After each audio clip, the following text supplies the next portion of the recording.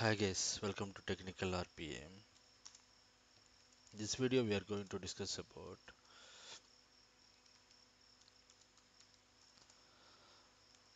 what are all the ways in RPA we have many phases like analysis. See the RPA the first phase is impact analysis. How the impact analysis will be happen in RPA? Suppose you have three applications. Usually the impact analysis and feasibility study will be taken up by technical architect.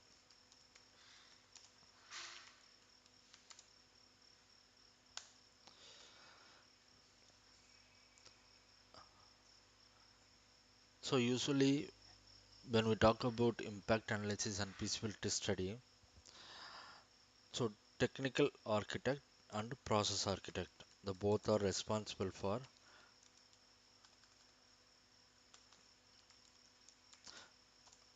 this phase. So how the impact analysis and feasibility study will be happened in RPA? When we talk about feasibility study and impact analysis, so think about now you got your project. Sorry, you got the deal. You got the deal with one of the client. Think about that is finance sector, and they has planning to automate their audit tool and as well as their applications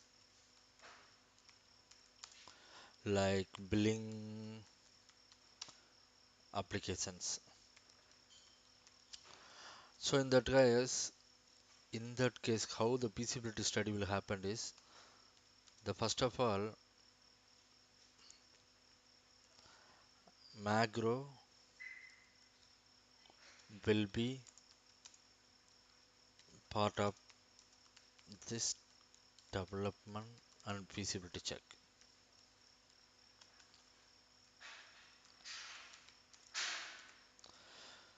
So main thing is, so without macro, because it is a audit applications and billing applications, lot of calculations will be happened. When usually you can use automation anywhere or blue prism or UiPath. In our current project and my experience of these projects, whatever the tool you used directly instead of VB macros, so it will take some more time. Suppose think about that. Assume you want to do 10 type of calculations.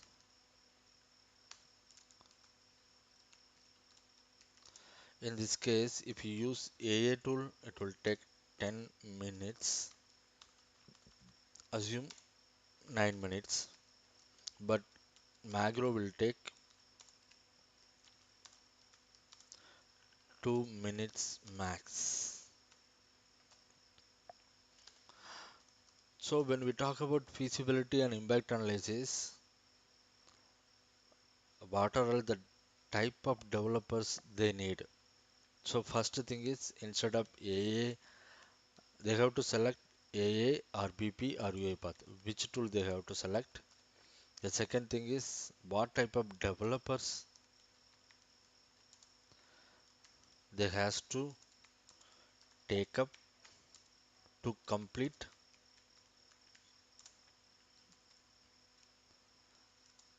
this process.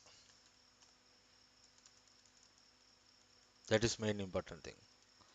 Suppose you are taking only the AA and BP developer, they doesn't know macro or VB macros or scripts. So in that case, it would be impact. The third thing is In most of the RPA projects, they're expecting now .NET developers, or else you have to know some basics of .NET basics like system namespaces and validations and string operation and basics of soups. So that type of basics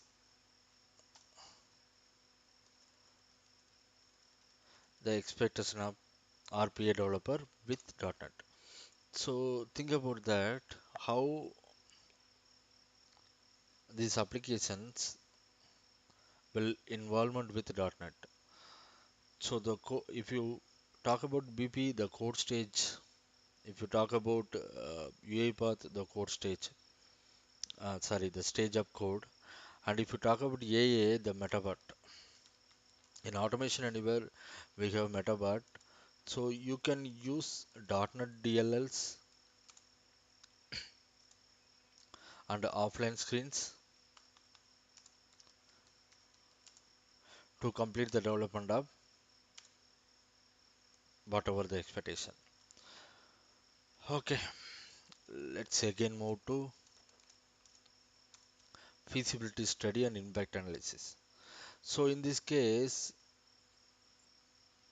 tool selection, developer selection, and developer has to know what are the basics. And fourth thing is database. See, database is very important thing when we talk about feasibility analysis and impact analysis. So, a particular scenario, think about that. I want to do 10 type of calculations in Excel or CSV. Instead of Excel or CSV, if I go to database like SQL or Oracle or SQLite, SQLite is very easy, the lightweight environment. So if you use this type of environments, you can easily touch up and quickly map up your calculations in SPs like stored procedures, views, triggers, functions. So the developer must know some of the basics of the SQL or Oracle. So that will help if you want to talk about the finance. The developer must know these are the things. Okay. Next we talk about when we talk about feasibility check, the application study. So most of the application study or application feasibility check will, will come among PDD, process, design, document. Sometimes in discovery document, RPA. So the first document when we talk about initial stages, RPA discovery document. Once discovery document is completed, probably process design document will come under the part. So in discovery phase, other than this tool selection or else developer or else developer quality or qualification, instead of that, that other point as well we have to make on it. Application check, feasibility check, how the application we have to check. The first thing is if application is Java, you have to make sure the application is Java or .NET or Salesforce or else Ariba or else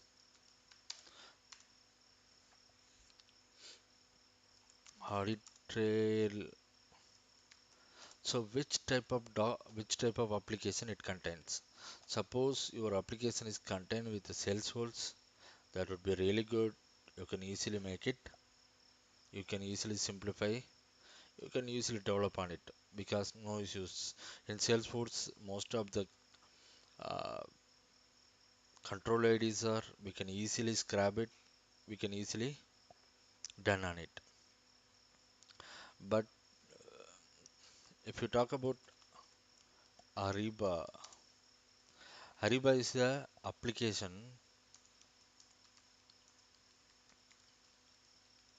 It's always change the objects. See why we are taking care of objects. So the main all the RPA tools will work with based on object ID. Suppose think about that. Now you are working in one of the web application. Specifically, you are taking HTML ID and HTML class. So Ariba is the application. It always change your HTML ID and HTML class. So you can stabilize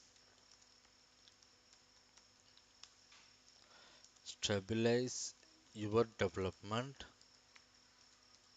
just like the application like Ariba. So the feasibility study as well, you have to check your client. So this is the issue we are facing in this application. So you must be ready. The automation may be completed, maybe successful, or maybe not successful 100%. Bits and piece may be complete successfully. So this type of agreements we have to made with the customer to success feasibility check. Feasibility check and as well as win the RFB. If you want to win the RFB, you have to make sure your feasibility check is 100% should be successful. Okay, let's talk about other part of things. So once you completed this feasibility check, your application is good and you are working, you are started with process design document or PDD. How your process looks like, your process has how many modules, how your process has dependency with other applications. So the next thing you have to make sure, point number 6, dependency. Like suppose you are working on some Salesforce application, but that Salesforce has some uploading or downloading files. In that case, they have the dependency with client has dependency with some other third party vendors. In that case, how you have to make sure on it? You have to check with that third party vendors and you have to confirm with your automations will not impact their business. In that case, you have to be make sure on it. Otherwise, our automations may be failure because of third party vendors. So these all are the contents we'll make sure will be added with PDD. Okay, thanks guys. Let's see some. We can continue this session in next video. Thank you so much.